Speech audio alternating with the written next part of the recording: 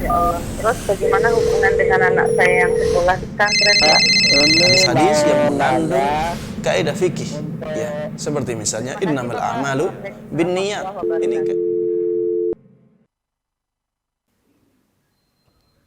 Assalamualaikum warahmatullahi wabarakatuh. Alhamdulillahi wa kafa, wassalatu wassalamu ala nabiyil mustafa wa ala alihi wa sahbihi wa man ihtada bihudahu wa ba'd. Ikhwatal iman, pemirsa Fatwa TV rahimani wa rahimakumullah dimanapun Anda berada, ahlan wa marhaban bikum, selamat datang. Alhamdulillah, senang sekali rasanya bisa kembali menyapa Anda semua dalam program live interaktif Fatwa TV dengan tema konsultasi Islam bersama guru kita Al-Ustadz Dr. Musyafa' Darini MA Hafizahullahu Ta'ala.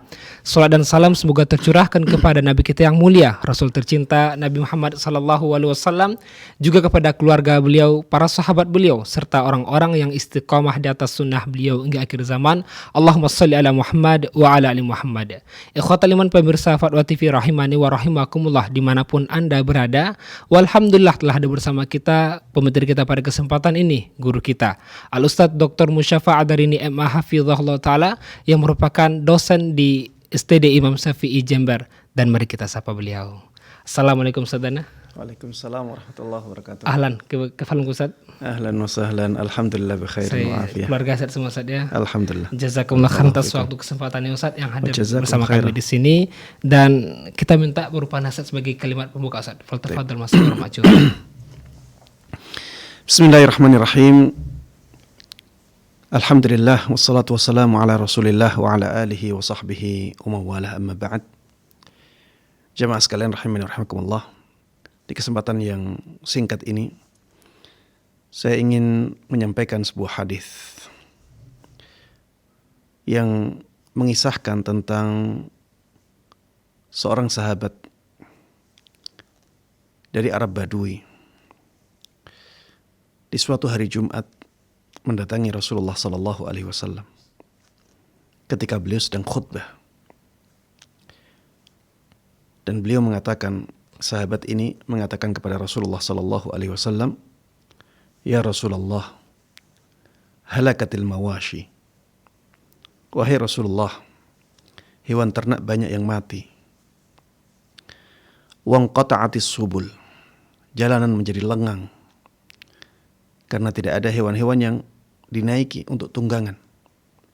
Hewan-hewannya pada mati. Fad'allah yughithuna,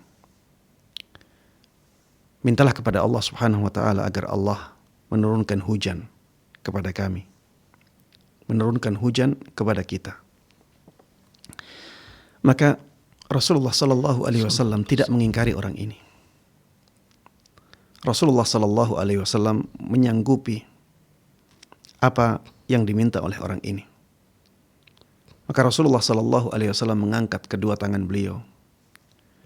Kemudian beliau mengatakan, Allahumma skina, Allahumma skina, Allahumma skina. Ya Allah, turunkan hujan kepada kami. Turunkan hujan kepada kami, turunkan hujan kepada kami. Ketika itu langit di Madinah benar-benar bersih dari awan mendung. Tidak ada sedikit pun awan mendung, walaupun awan yang tipis. Tapi tiba-tiba datang awan yang bentuknya bulat dari pinggir langit Madinah. Kemudian awan tersebut menuju ke tengah kota Madinah. Awan yang asalnya kecil tersebut menyebar dan turunlah hujan ketika itu juga. Sampai sahabat yang meriwayatkan hadis ini, yaitu sahabat Anas ibn Malik radhiyallahu taala anhu, mengatakan, "Wallahi ma ra'ayna asy-syamsa sitta." Demi Allah, kita sampai tidak bisa melihat matahari hingga 6 hari. Kemudian di Jumat yang berikutnya, Rasulullah sallallahu alaihi wasallam ketika sedang khutbah datang lagi salah seorang sahabat beliau dari Arab Badui. Sahabat Anas ibn Malik radhiyallahu taala anhu tidak tahu apakah itu orang yang sama dengan orang yang datang di pekan atau di Jumat yang sebelumnya ataukah orang lain. Tapi intinya orang tersebut memotong khutbah Rasulullah sallallahu alaihi wasallam dan orang ini mengatakan, "Ya Rasulullah, halakatil amwal." Wahai Rasulullah sallallahu alaihi wasallam, harta benda kami rusak. Wanqata'atis subul, dan jalanan tidak bisa digunakan. Orang-orang tidak bisa berjalan di jalan-jalan karena saking banyaknya air.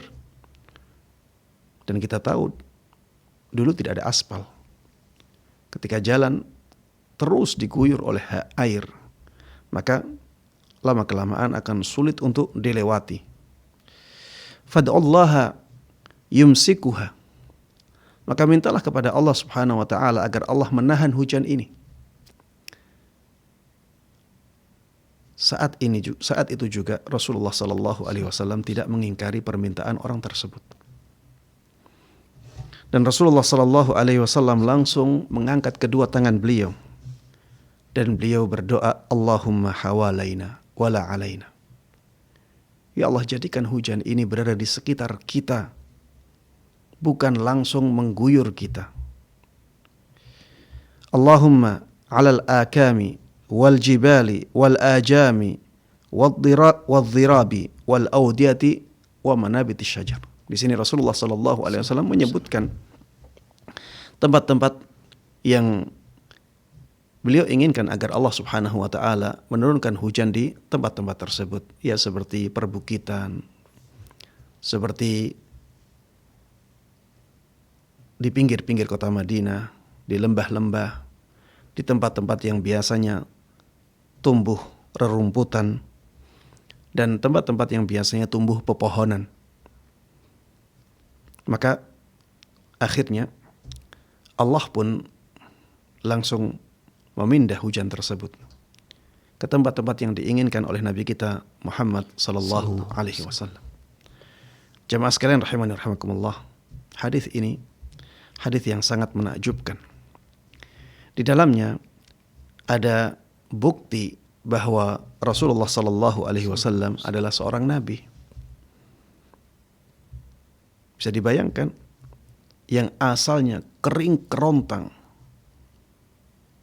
yang asalnya benar-benar tidak ada kemungkinan hujan, ketika Rasulullah sallallahu alaihi wasallam berdoa, saat itu juga Allah Subhanahu wa taala mendatangkan hujan. Dan bisa dibayangkan hujan yang sampai 6 hari tidak putus-putus. Ketika Rasulullah sallallahu alaihi wasallam berdoa agar hujan tersebut dialihkan, dipindahkan oleh Allah Subhanahu wa taala ke tempat-tempat yang diinginkan oleh Nabi kita Muhammad sallallahu alaihi wasallam, maka itulah yang terjadi. Dan ini menunjukkan bukti bahwa Rasulullah sallallahu alaihi wasallam adalah seorang nabi. Kemudian di sini juga terdapat petunjuk akan kekuasaan Allah Subhanahu wa taala dan bahwa Allah Subhanahu wa taala itu ada. Karena Rasulullah sallallahu alaihi wasallam memintanya kepada Allah, tidak kepada yang lain. Dan ternyata terjadi apa yang diminta oleh Rasulullah sallallahu alaihi wasallam, padahal itu seakan-akan sesuatu yang mustahil. Ini juga menunjukkan kekuasaan Allah Subhanahu wa taala yang sangat besar. Kemudian jamaah sekalian rahimani rahimakumullah, di dalam hadis ini juga ada petunjuk bahwa apabila keadaan darurat, seseorang boleh mengajak bicara kepada seorang khatib walaupun sedang berada di atas mimbar. Lihatlah Rasulullah sallallahu alaihi wasallam. Beliau tidak mengingkari perbuatan sahabat beliau ini. Tidak mengatakan jangan memotong pembicaraan khatib, saya lagi berkhutbah. Rasulullah tidak mengatakan seperti itu, tapi Rasulullah mendiamkannya karena memang keadaannya sangat mendesak. Maka apabila ada keadaan-keadaan yang sangat mendesak, seseorang boleh berbicara atau mengajak bicara kepada seorang khatib. Berbeda kalau keadaannya tidak demikian, maka pada asalnya tidak boleh. Makanya sahabat-sahabat Nabi pada keadaan-keadaan yang biasa radhiyallahu taala anhum, mereka tidak pernah mengajak bicara Rasulullah sallallahu alaihi wasallam saat sedang berkhutbah. Kemudian jamaah sekalian rahimani wa rahimakumullah, di dalam hadis ini juga ada petunjuk bahwa kita sebenarnya boleh meminta agar hujan dihentikan. Kita sebenarnya boleh meminta agar hujan dihentikan. Coba kita lihat hadis ini. Di Jumat yang kedua, sahabat beliau ini mengatakan kepada Rasulullah sallallahu alaihi wasallam, berdoalah kepada Allah agar Allah menghentikan hujan ini. Dan Rasulullah sallallahu alaihi wasallam tidak mengingkari perkataannya. Kalau itu sesuatu yang batil, sesuatu yang dilarang, harusnya Rasulullah sallallahu alaihi wasallam ketika itu mengingkarinya. Dan ini menjadi bantahan untuk sebagian orang yang mengatakan bahwa kita tidak boleh meminta kepada Allah Subhanahu wa taala agar menghentikan hujan atau tidak hujan pada hari ini. Karena pada keadaan-keadaan tertentu hujan memang bisa mendatangkan mudarat. Ya, tidak pada semua keadaan hujan itu rahmat. Ada keadaan-keadaan di mana hujan menjadi sesuatu yang mendatangkan bahaya untuk umat manusia. Maka pada keadaan-keadaan yang seperti itu kita boleh meminta kepada Allah Subhanahu wa taala agar Allah Subhanahu wa taala menghentikan hujan. Namun yang lebih baik adalah apa yang dilakukan oleh Rasulullah sallallahu alaihi wasallam, yaitu meminta agar Allah Subhanahu wa taala memindahkan hujan ke tempat-tempat yang tidak mendatangkan mudarat kepada manusia. Dan ini menunjukkan betapa tingginya adab Rasulullah sallallahu alaihi wasallam dalam berdoa. Di satu sisi beliau tidak mengingkari sahabatnya, di sisi lain beliau memilih doa yang lebih beradab, lebih menjunjung tinggi adab kepada Allah Subhanahu wa taala, yaitu beliau tidak meminta agar hujan ditahan. Beliau meminta agar hujan yang masih turun tersebut dipindahkan oleh Allah Subhanahu wa taala ke tempat-tempat yang tidak mendatangkan mudarat kepada para sahabat beliau. Jamaah sekalian rahimani wa rahimakumullah, inilah di antara pelajaran yang bisa kita ambil dari hadis ini. Mudah-mudahan yang sedikit ini bermanfaat dan diberkahi oleh Allah Subhanahu wa taala. Amin amin ya rabbil alamin. Sallallahu wasallam wa baraka ala nabiyyina Muhammadin wa ala alihi wa sahbihi wa man tabi'ahum bi ihsanin ila yaumiddin. Walhamdulillahi rabbil alamin. Masyaallah, barakallahu fikum wa jazakumullah khairan atas nasihat di pembukaan ini, yang mana kita sudah masuk kepada musim hujan Ustaz ya. Semoga bermanfaat bagi kita semua dan bisa kita amalkan. Barakallahu fikum. Ikhwatul iman, pemirsa Fatwa TV rahimani wa rahimakumullah, kita informasikan juga bahwasanya acara live interaktif Fatwa TV ini juga dirilai oleh radio yang tergabung di RTVC, yaitu Radio MDFM Probolinggo, kemudian Radio Bimbas Yogyakarta, Radio Sahabat Tegal Jawa Tengah, Radio Hang FM Batam, lantas Radio Amuba Pangkal Pinang, Radio Sago FM Sumatera Barat, Radio Gema FM Bontang, Radio Al-Hikmah AM Banyuwangi, Radio Tuah FM Riau, dan Radio Mas FM Sragen. Kita ucapkan terima kasih wa jazahumullah khairan, dan untuk berpartisipasi para pemirsa dan juga para pendengar dimanapun Anda berada di 0331 544 6087. Baik, kita coba bacakan soal pertama yang telah masuk. Ini dari Ibu Rosalina dari negara tetangga Malaysia. Assalamualaikum warahmatullahi wabarakatuh. Ustadz Afwan, izin bertanya. Saya baru hijrah kurang lebih 3 tahun, tapi saya belum bisa ngaji, dan kini saya baru belajar mengaji Iqra. Pertanyaan saya, apakah sholat saya sah dengan bacaan Al-Fatihah yang makrotnya belum benar, Ustadz? Baik. Iya, pertanyaan yang sangat bagus ya. Dan kita perlu bersyukur kepada Allah Subhanahu wa taala akan nikmat hidayah. Sebelum Allah Subhanahu wa taala menjemput ajal kita. Dan nikmat hidayah ini ya perlu disyukuri. Cara mensyukurinya adalah dengan menjaganya sebaik mungkin. Jangan sampai hidayah tersebut akhirnya dicabut lagi oleh Allah Subhanahu wa taala. Di antaranya dengan banyak belajar agama. Di antaranya dengan mengganti teman-teman yang tidak baik. Teman-teman yang menjauhkan kita dari agama ganti dengan teman-teman yang semangat dalam menuntut ilmu agama. Semangat untuk mengingatkan kita kepada kebaikan. Kemudian pertanyaan yang disampaikan tentang keadaannya yang belum bisa membaca Al-Quran dengan baik. Apakah sholatnya sah? Jawabannya sholatnya sah. Ya. Jawabannya sholatnya sah karena dia sudah berusaha untuk membaca Al-Quran semampunya. Fattaqullaha mastata'tum. Maka bertakwalah kalian kepada Allah Subhanahu wa taala sesuai dengan kemampuan kalian. Ketika mampu membacanya seperti itu, Allah Subhanahu wa taala menerima usaha itu karena memang kemampuannya seperti itu. Namun kita diwajibkan untuk mempelajari Al-Fatihah sebaik mungkin. Karena Al-Fatihah adalah rukun salat kita. Tapi itu kan membutuhkan proses. Tidak mungkin dalam sehari bacaan Al-Fatihah orang yang tadinya belum belajar mengaji langsung bisa benar semuanya. Makanya kita katakan orang yang seperti ini dia tidak mungkin diberikan kewajiban untuk membenarkan Al-Fatihah dalam sekejap. Dia harus belajar.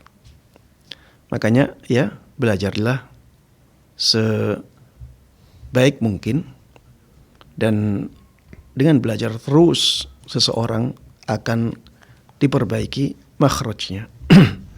Bukan berarti ya, ini yang perlu digarisbawahi, bukan berarti ketika saya katakan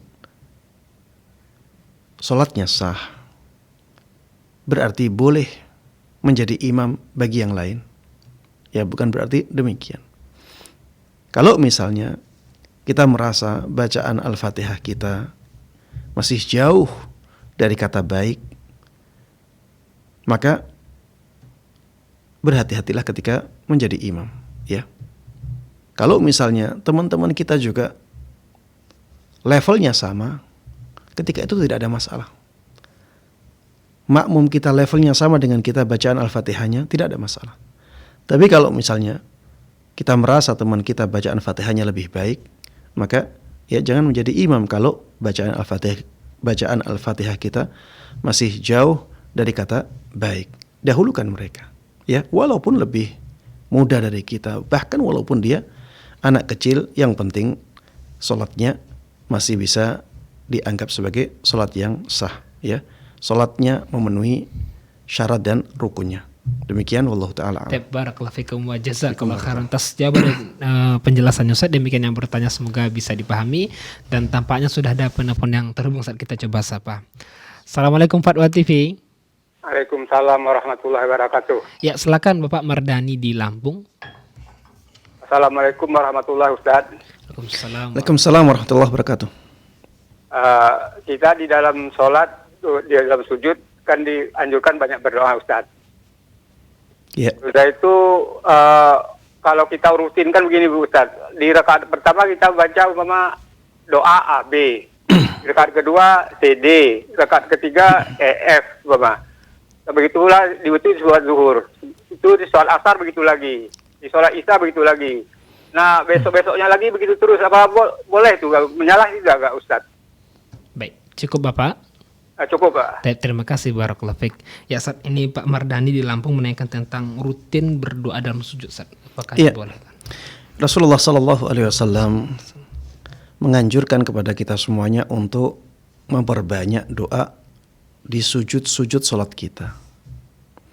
Karena ketika itulah seorang hamba sangat dekat dengan Rabbnya. Rasulullah mengatakan aqrabu ma yakunul abdu min rabbihi wa huwa sajid. Fa'akthiru fihi min ad-du'a. Kata Rasulullah sallallahu alaihi wasallam, keadaan seorang hamba yang paling dekat dengan Rabbnya adalah ketika dia sujud. Maka perbanyaklah sujud ketika itu. Di dalam hadis yang lain Rasulullah sallallahu alaihi wasallam, wa ammas sujud fajtahidu fihi min ad-du'a faqaminun an yustajaba lakum. Adapun di dalam sujud, maka bersungguh-sungguhlah kalian untuk berdoa, karena doa ketika itu sangat dekat dengan kemustajaban, sangat mustajab. Maka perbanyaklah doa ketika sujud ya. Banyak dari kaum muslimin yang tidak menyadari hal ini. Mereka tergesa-gesa ketika sholat, setelah sholat mereka berdoa. Ini malah kurang afdal, walaupun itu bukan merupakan dosa. Tapi yang lebih afdal adalah memanfaatkan sholat kita untuk banyak berdoa kepada Allah Subhanahu wa ta'ala, terutama ketika sujud dan sebelum salam. Ya, karena kenapa sholat dikatakan sebagai sholat? Ya, sholat itu dalam arti bahasanya doa. Maka perbanyaklah doa ketika sholat. Dan memang sholat dari awal sampai akhir ya sebenarnya dipenuhi dengan doa-doa. Taib. Apabila seseorang merutinkan doa tertentu di dalam sujudnya, apakah dibolehkan? Jawabannya dibolehkan. Jawabannya dibolehkan. Asalkan dia tidak menganggap bahwa doa yang dia rutinkan itu lebih afdal daripada yang lainnya. Dia tidak menganggap bahwa doa tersebut ada keutamaan-keutamaan khususnya. Dia tidak menganggap bahwa dahulu Rasulullah sallallahu alaihi wasallam mengajarkan seperti itu. Ya. Maksudnya mengajarkan doa khusus seperti itu. Rasulullah sallallahu alaihi wasallam mengajarkan secara umum. Sehingga kita mempraktekkannya sesuai dengan keadaan kita. Sesuai dengan keadaan kita. Ketika keadaan kita membutuhkan hajat tertentu, kemudian kita ingin merutinkan doa tersebut dalam sujud-sujud kita, maka tidak ada masalah. Karena memang keadaan kita membutuhkan itu. Ya, demikian Allah Ta'ala. Barakallahu fiik wa jazakallahu khairan atas jawaban dan penjelasan Ustaz. Demikian yang bertanya, semoga bisa dipahami. Dan tampaknya terhubung kembali penelpon berikutnya. Kita coba sapa. Assalamualaikum Fatwa TV. Waalaikumsalam warahmatullahi wabarakatuh. Ya, silakan Ibu Rosmini di Pacitan. Iya, alhamdulillah. Assalamualaikum warahmatullahi wabarakatuh, Ustaz. Waalaikumsalam warahmatullahi wabarakatuh. Ini menyambung dengan pertanyaan saya waktu lalu itu. Kalau saya tidak salah itu membaca hafalan surat Kahfi yang 10 pertama akan terhindar dari dajjal. Terus yang 10 yang terakhir kok saya kurang dengar ada fadilah yang bagaimana, Ustaz. Terus menurut riwayatnya bagaimana dajjal itu? Apa yang bisa ketemu dajjal itu yang masih hidup di dunia? Apa termasuk juga yang sudah meninggal itu dibangunkan oleh Allah? Terus semuanya itu menemui dajjal. Sekian. Terima kasih jawabnya. Jazakumullah khairan. Assalamualaikum warahmatullahi wabarakatuh. Waalaikumsalam warahmatullahi wabarakatuh. Terima kasih Bu Rosmini di Pacitan. Ustaz, menyambung pertanyaan di pekan yang lalu masalah fadilah baca surah Al-Kahfi 10 ayat pertama dan 10 ayat terakhir, Ustaz.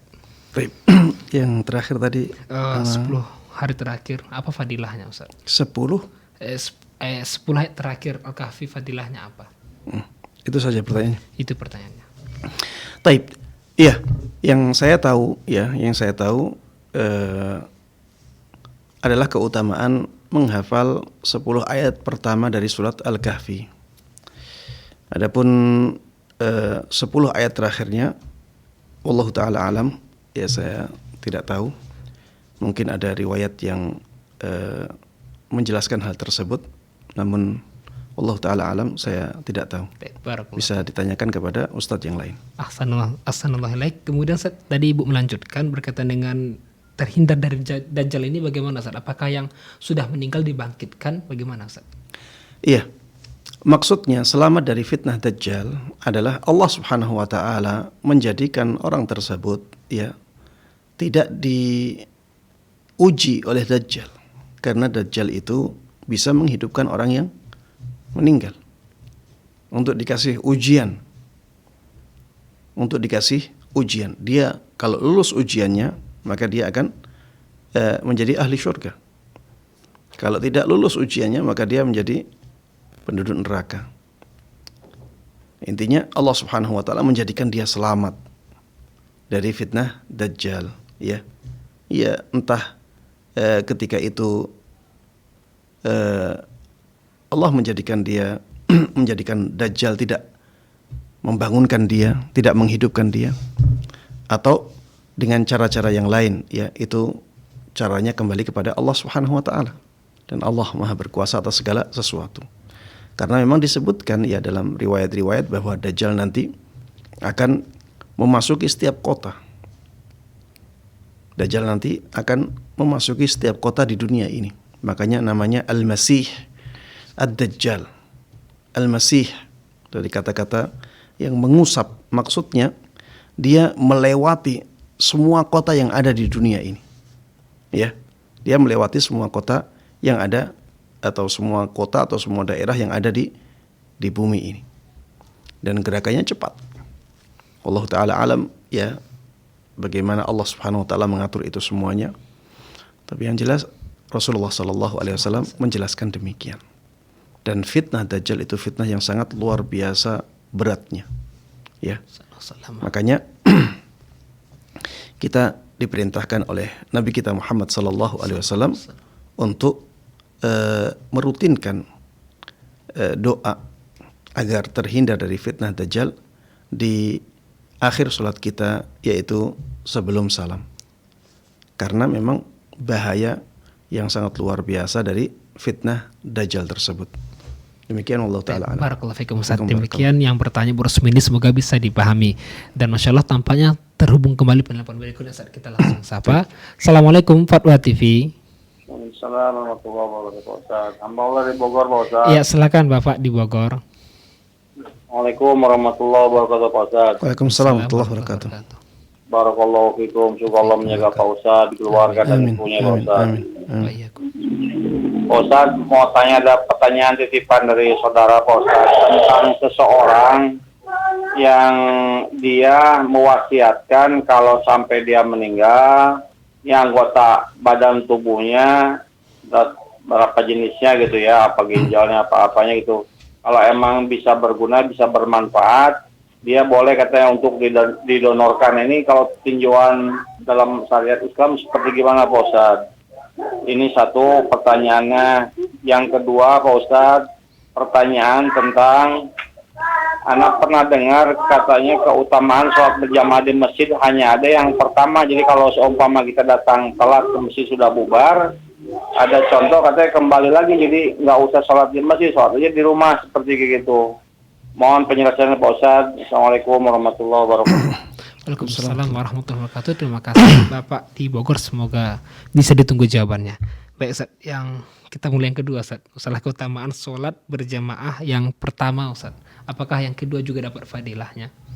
Taib, iya. Apabila kita telat datang ke masjid, kemudian kita sholat sendiri misalnya, ya, kita sholat sendiri karena tidak ada jamaah yang lain. Di sana ada hadits khusus yang menjelaskan masalah ini, bahwa orang tersebut akan mendapatkan pahala sholat berjamaah walaupun dia sholat sendiri. Dia tetap mendapatkan pahala sholat berjamaah walaupun dia sholat sendiri. Ini ada hadits yang khusus menjelaskan masalah ini. Kemudian kalau misalnya ada jamaah kedua dan dia sholat berjamaah dengan jamaah kedua tersebut, maka dia juga akan mendapatkan pahala sholat berjamaah. Ya, memang ada riwayat-riwayat yang mengatakan tidak boleh membuat jamaah kedua. tidak boleh membuat jamaah yang kedua. Dan riwayatnya kuat. Namun jamaah sekalian rahimani wa rahimakumullah, banyak ulama yang mengatakan bahwa sebenarnya riwayat tersebut bisa dibawa kepada keadaan apabila jamaah kedua itu bisa menimbulkan fitnah atau perpecahan. Kalau jamaah yang kedua itu bisa menimbulkan fitnah atau perpecahan, maka tidak boleh membuat jamaah yang kedua.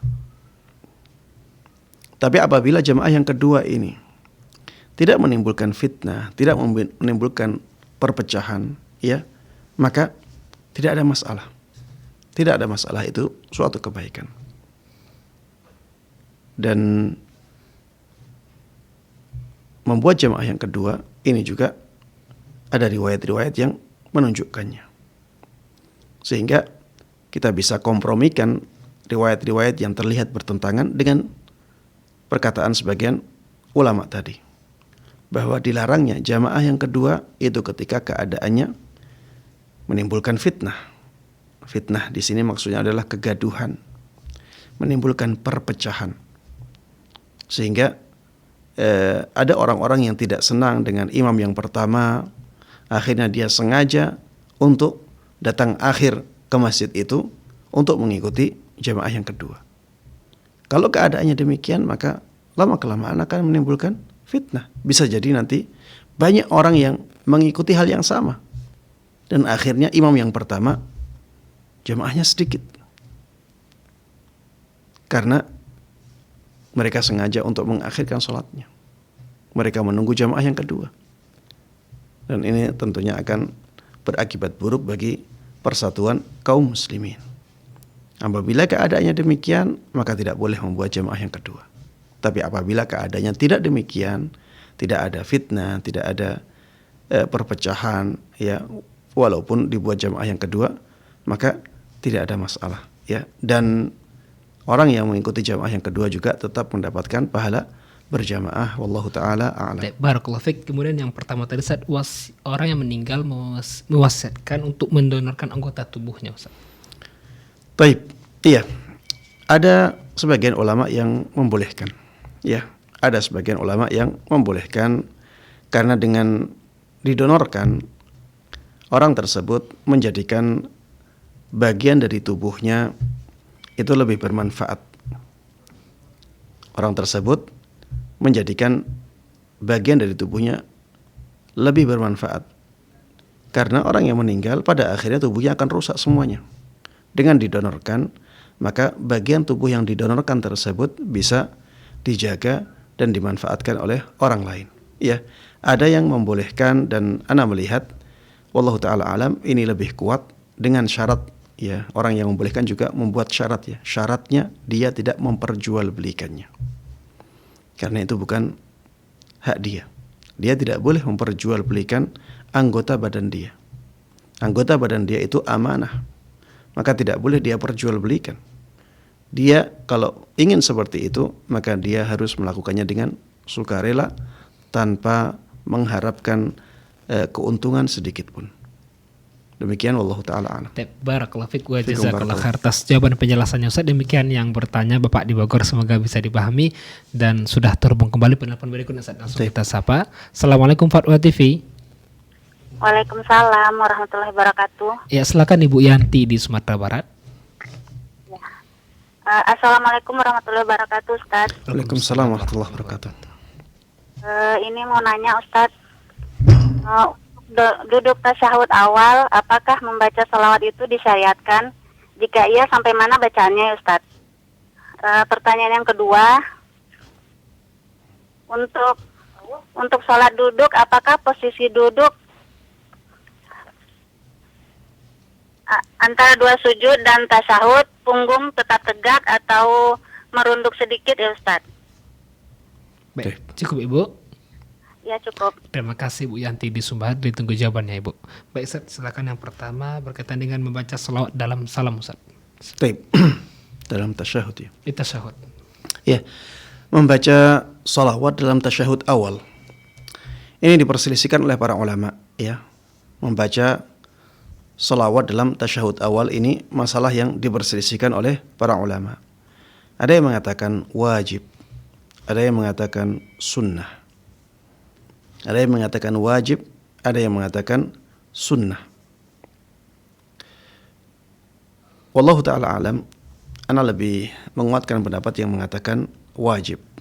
Ya. Kenapa? Karena keumuman perintah untuk membaca salawat. Keumuman perintah untuk membaca salawat setelah tasyahud. Dan di tasyahud yang pertama, ya ada tasyahudnya.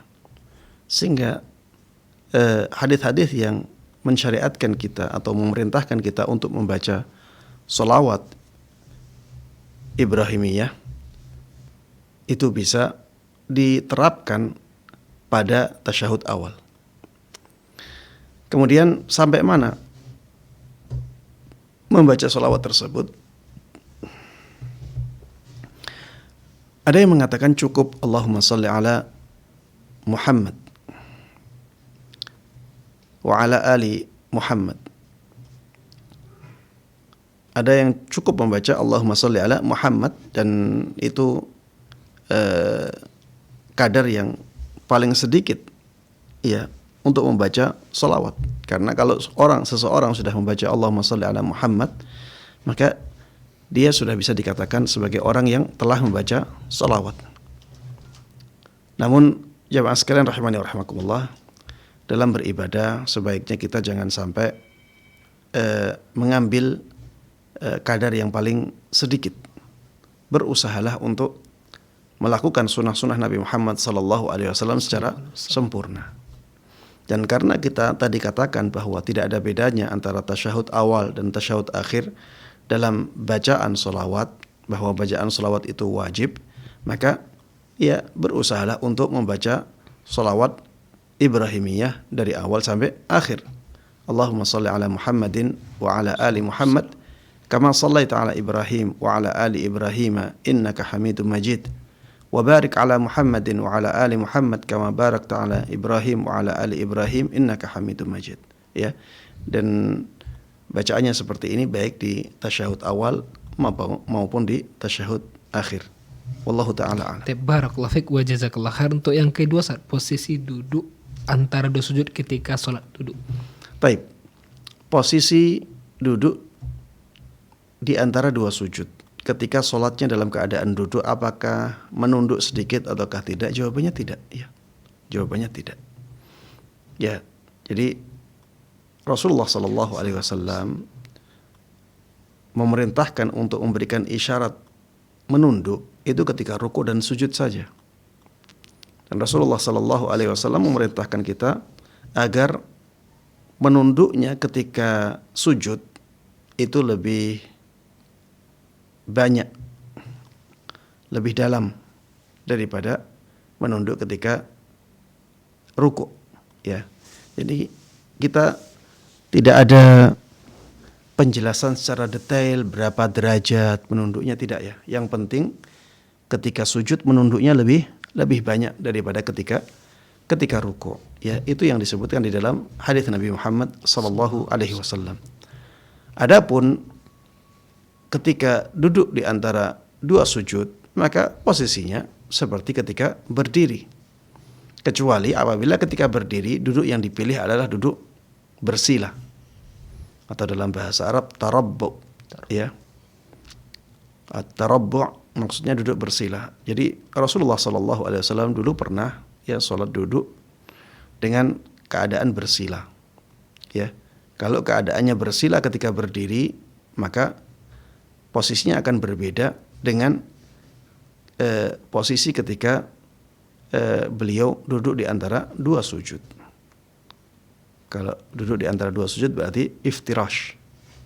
Kalau berdiri Rasulullah SAW biasanya duduknya dengan tarabbu' atau bersila. Ya. Namun bukan berarti wajib tarabbu' ya, wajib bersila ketika berdiri ya. Karena itu akan sesuai dengan kemampuan masing-masing orang. Ada yang tidak bisa bersila, maka duduknya dengan iftirash. Kalau misalnya tidak bisa iftirash, maka bisa dengan menjadikan kakinya dalam keadaan selonjor. Ya, kakinya diluruskan kalau dia tidak bisa menekuknya. Atau misalnya dia bisa duduk tawarruk. Bisanya duduk tawarruk, maka dia berdiri dalam keadaan duduk tawarruk, tidak ada masalah. Tapi kalau kita melihat hadisnya, Rasulullah sallallahu alaihi wasallam dulu duduknya secara bersila. Ya. Kita katakan ini yang paling afdal. Adapun duduk-duduk yang lain dibolehkan karena Rasulullah sallallahu alaihi wasallam dahulu mengatakan shalli qa'iman fa illam tastati fa qa'ida. Salat dalam keadaan berdiri, apabila tidak mampu maka salat dalam keadaan duduk. Dan Rasulullah sallallahu alaihi wasallam tidak membatasi bentuk duduknya. Sehingga semua bentuk duduk dibolehkan, dan itu akan sesuai dengan keadaan masing-masing orang, mana yang lebih mudah bagi dia. Tapi yang paling afdal wallahu taala alam adalah duduk dalam keadaan bersila. Barakallahu fikum wa jazakallahu khairan atas jawaban penjelasannya Ustaz. Demikian yang bertanya semoga bisa dipahami, dan sudah terhubung kembali penelpon berikutnya Ustaz. Kita coba sapa. Assalamualaikum Fatwa TV. Waalaikumsalam warahmatullahi wabarakatuh. Ya, silakan Bapak Ali di Medan. Assalamualaikum Ustaz. Waalaikumsalam warahmatullahi wabarakatuh. Ini begini Ustaz. Ini masalah safar. Jadi Masalah apa? Masalah bersafar. Safar. Safar. Iya, jadi kalau kita misalnya bersafar, kita pas di perjalanan berhenti, kita sedang mau sholat maghrib. Jadi kita ikut dengan orang mukim yang di situ, imam yang di situ, jadi kita ikut secara 3 rakaat kan, sholat maghrib. Lantas sesudah itu kita keluar, tapi niat kita tadi itu berniat kita mau jamak qasar dengan isya. Lantas kita keluar, sudah selesai sholat maghrib, kita keluar, apakah kita mau melaksanakan sholat isyanya tadi yang 2 rakaat itu, apakah kita mau qomat atau bagaimana Ustaz? Apakah harus dikomatkan atau baca qomat atau tidak? Dan yang kedua, ada juga lagi kawan yang datang, kita mau berimam, kita sama-sama orang bersafar katanya. Mana lebih bagus Ustaz?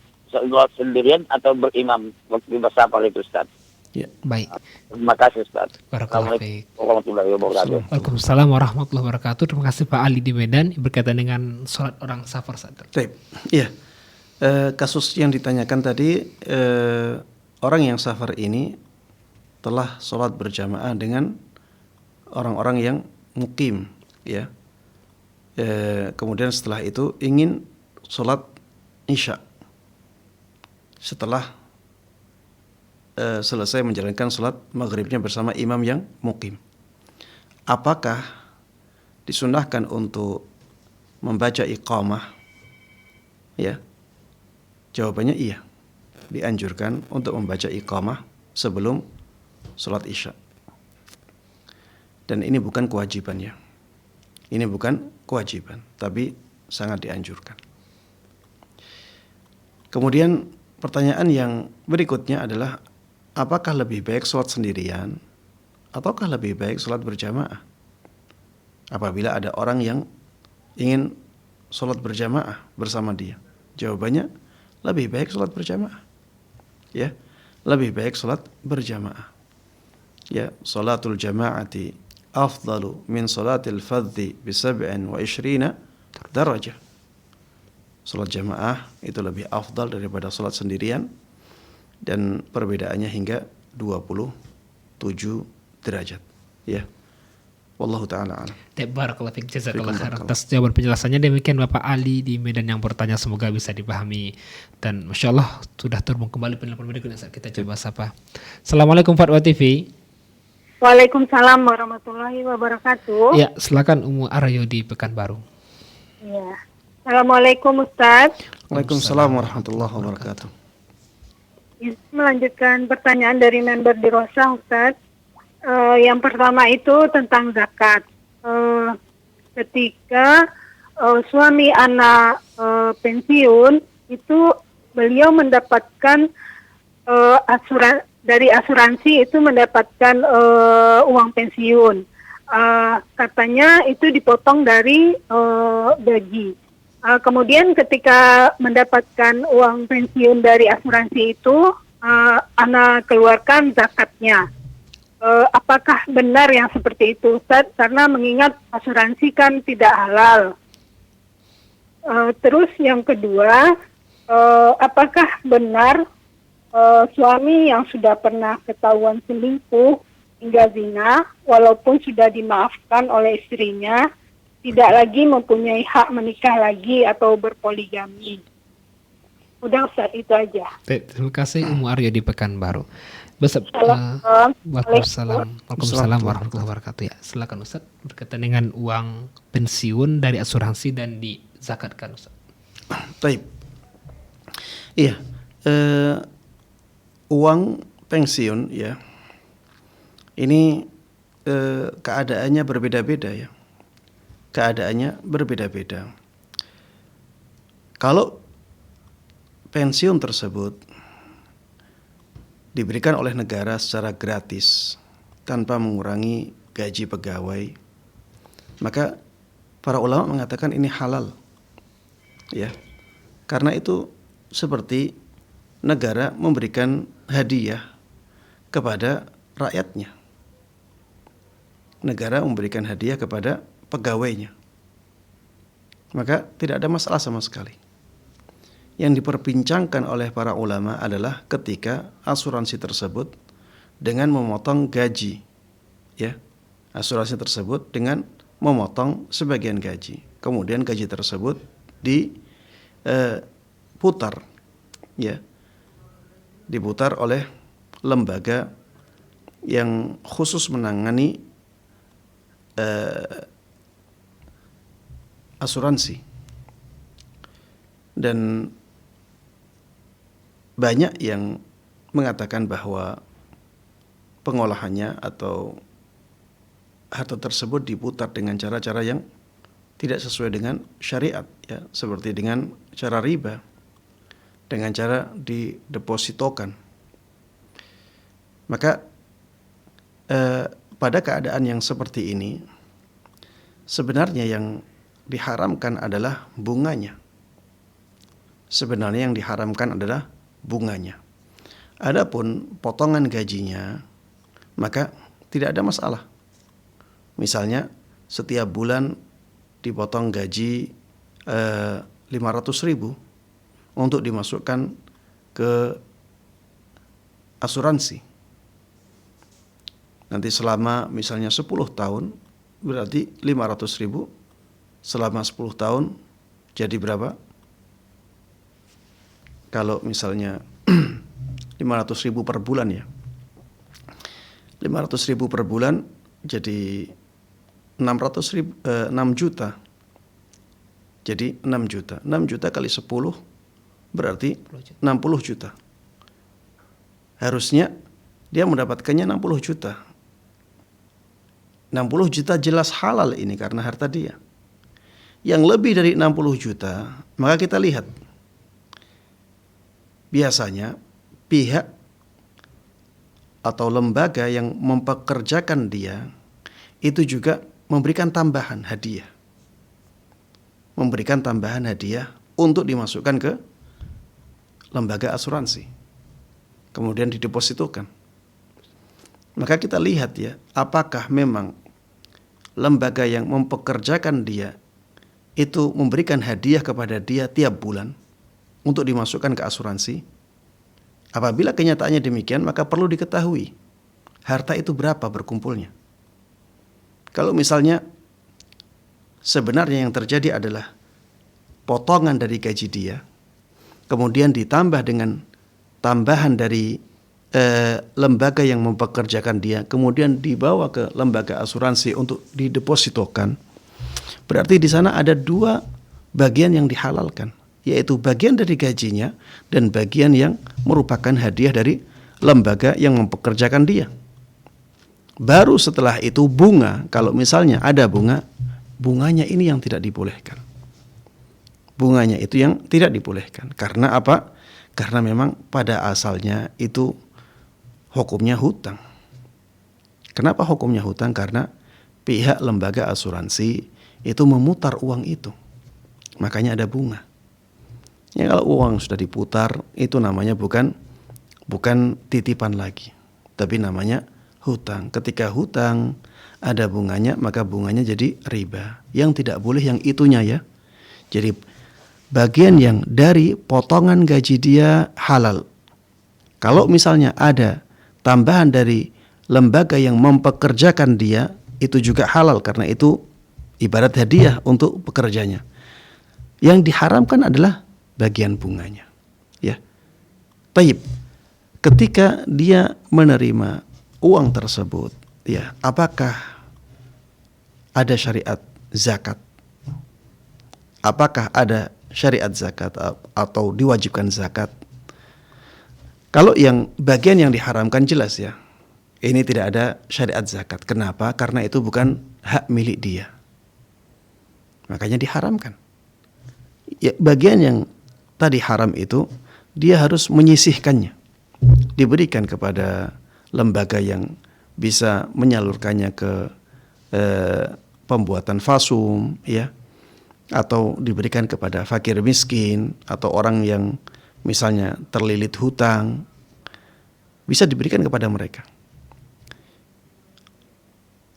Adapun yang halal tadi, maka kita lihat apakah sudah mencapai nisabnya. Apakah sudah mencapai nisabnya? Lalu kapan mencapai nisabnya? Kalau misalnya sudah mencapai nisabnya dalam waktu yang lama, maka ketika dia menerima memang ada kewajiban untuk membayar zakat. Dan hanya sekali. Ya, hanya sekali, yaitu ketika menerima. Adapun tahun-tahun sebelumnya dianggap harta tersebut sulit untuk dia dapatkan karena memang asuransi itu baru bisa dia terima ketika dia selesai dari masa baktinya. Jadi kalau memang ya sudah mencapai nisab dan sudah mencapai haul, ya, maka dia wajib menzakatinya, dan menzakatinya ketika dia menerima dan hanya sekali itu saja. Adapun tahun-tahun sebelumnya tidak wajib menzakatinya. Ya, demikian, wallahu taala alam. Barakallahu fiik wa jazakallahu khairan. Ustaz, kemudian yang kedua, Ustaz, berkaitan dengan suami yang pernah selingkuh, apakah benar tidak boleh poligami? Baik, iya, pertanyaan yang unik ya. Apakah suami yang ketahuan poligami berarti tidak boleh ketahuan selingkuh berarti tidak boleh poligami lagi? Jawabannya tidak ya. Hak poligami itu diberikan oleh syariat kepada seorang suami, kepada seorang lelaki. Allah Subhanahu wa taala sudah mengabadikan hal ini di dalam Al-Qur'an. Ya, tidak bisa dihapus ayatnya. Wa in khiftum alla tuqsitu fil yatama fankihu ma taba lakum minan nisa'i mathna wa thulatha wa ruba'. Ayat ini tidak mungkin dihapus dari Al-Qur'an. Ya. Jadi syariat poligami itu tetap dan jelas dalilnya. Dan tidak hanya di dalam Al-Quran, di dalam hadis Nabi Muhammad SAW banyak sekali. Rasulullah SAW sendiri beliau melakukannya, dan banyak sekali sahabatnya yang melakukannya. Ya, sahabat Ali ibn Abi Thalib radhiyallahu taala anhu juga melakukannya setelah Fatimah radhiyallahu taala anha wafat. Dan juga sahabat-sahabat yang lainnya banyak ya. Ada yang sampai sebelum Islam punya 8 istri, ada yang punya 10 istri. Setelah masuk Islam, apa yang dilakukan oleh Rasulullah SAW, apa yang diperintahkan oleh beliau? Mempertahankan 4. Kalau poligami nggak boleh, berarti harusnya hanya 1 yang boleh dipertahankan. Tapi ternyata Rasulullah SAW membatasinya dengan 4. Ya, ini menunjukkan poligami itu dibolehkan. Hanya saja jamaah sekalian rahimani wa rahimakumullah, syariat poligami ini syariat yang berat. Ya, tidak semua orang mampu melakukannya. Ya, syariat jihad, apakah semua orang mampu melakukannya? Jawabannya tidak. Ya, ada syariat-syariat yang demikian. Ada syariat-syariat yang demikian. Tidak semua orang itu pantas melakukannya. Menjadi imam atau pemimpin yang adil, ya, menjadi qadhi yang adil, tidak semua orang bisa. Maka orang-orang tertentu yang dibolehkan untuk masuk ke ranah itu. Begitu pula dengan syariat poligami, ya. Jangan sampai kita terlalu semangat menerapkan sunnah yang berat ini, akhirnya kita menjadi seorang bonek, ya, bondo nekat, tidak persiapan dari sisi harta, tidak ada persiapan dari sisi mental, ya, tidak ada persiapan dari sisi ilmu agama, tapi nekat melakukan poligami. Yang akhirnya apa? Akhirnya banyak orang-orang yang gagal dalam melakukan poligami, dan akhirnya apa yang terjadi? Efeknya sangat buruk bagi Islam dan kaum muslimin. Nama Islam menjadi tercoreng, ya. Banyak dari kaum muslimin yang akhirnya sulit melakukan syariat ini, padahal sebenarnya merekalah yang pantas melakukannya. Maka jemaah sekalian rahimani wa rahimakumullah, memang benar poligami adalah syariat yang sangat mulia, tapi tidak sembarang orang bisa dan mampu dengan baik melakukannya. Maka lihat diri kita, lihat kemampuan kita. Apabila kita punya kemampuan untuk melakukannya, maka lakukan. Dan ada ancaman dari Nabi kita Muhammad SAW bagi mereka yang tidak ada dalam memperlakukan istri. Dan lihat jemaah sekalian rahimani wa rahimakumullah, poligami kelihatan enak, tapi sebenarnya apabila dibandingkan dengan tanggung jawabnya, maka enaknya tersebut hanyalah sedikit dan sebentar, ya. Yang berat dan lama adalah tanggung jawabnya dan bagaimana merukunkan antara istri-istri tersebut, ya. Makanya ya jangan terlalu semangat kemudian melakukannya tanpa dasar dan pertimbangan yang matang, ya. Demikian wallahu taala a'lam. Barakallahu fikum wa jazakumullah khairan atas jawaban penjelasannya Ustaz. Demikian yang bertanya, semoga bisa dipahami dan merupakan sebagai pertanyaan penutup pada perjumpaan yang baik ini Ustaz. Akhirnya jazakumullah khairan atas waktu dan ilmunya Ustaz, semoga bisa kita amalkan dan sampai ketemu kembali di perjumpaan berikutnya Ustaz. Barakallahu fikum. Demikian para pemirsa, para pendengar dimanapun Anda berada, yang dapat kami sajikan pada kesempatan ini, dan terus saksikan acara live interaktif Fatwa TV setiap hari Senin hingga Jumat setiap pekannya. Dan untuk mendapatkan informasi kegiatan Dewan Fatwa Perhimpunan Al-Irsyad dan juga Fatwa TV, Anda dapat akses di website www.dewanfatwa.com. Syukran wa jazakumullah khairan atas kebersamaan semua. Kita tutup dengan baca doa kafaratul majlis. Subhanakallahumma bihamdika asyhadu an la ilaha illa anta astaghfiruka wa atubu ilaik. Wassalamualaikum warahmatullahi wabarakatuh. Ya Allah, terus bagaimana hubungan dengan anak saya yang sekolah di pesantren, Pak? Hadis yang mengandung kaidah fikih, ya, seperti misalnya innamal a'malu binniyat. Ini